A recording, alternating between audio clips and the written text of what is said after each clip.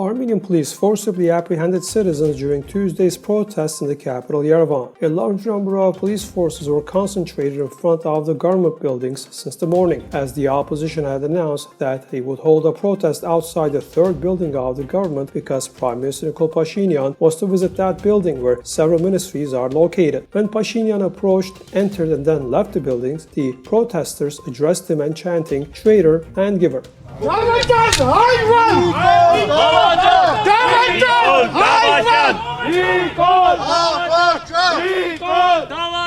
While the Prime Minister was in the building, the police forcibly apprehended 57 citizens, including political leaders, who were just standing there and causing no provocations. As the police used force, opposition representatives Razmik Arabyan got a broken leg and Ishkhan Saghatelyan had blood on his face. Until the Prime Minister came out, there were very few people standing there, but they kept chanting that he was a traitor. Meanwhile, snipers were spotted on the rooftop of a building of the government of Armenia.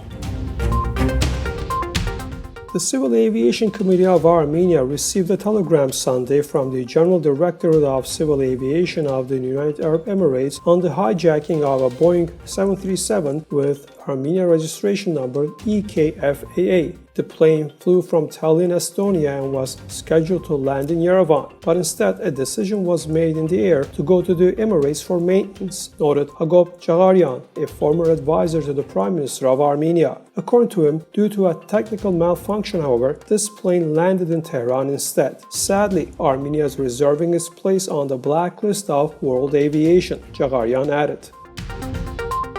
President Armenian Karachunyan signed a decree appointing Ashot Hagopjanyan as the chief of the National Security Service, the NSS of Artsakh. Meanwhile, Ararat Melkumian was appointed first deputy director of the NSS. The work on the settlement of the Karabakh conflict within the OSCE Minsk group is in progress, Russian ambassador to Armenia Sergei Kopyrkin told reporters on Tuesday. According to him, the OSCE Minsk group co-chairs are in contact with each other and may visit the region. The process did not stop, the ambassador noted. The envoy also noted that Russia was actively participating in the reshaping of the Armenian armed forces. He added that intensive contacts were in progress in various directions between the ministries of defense of Armenia and Russia. Armenia has confirmed 166 new cases of COVID-19, bringing the total to 170,672. Also, 4 more deaths from the coronavirus were reported, making the respective total 3,171 cases. And the number of people who have recovered so far is 162,329, while the number of those currently being treated is 4,366.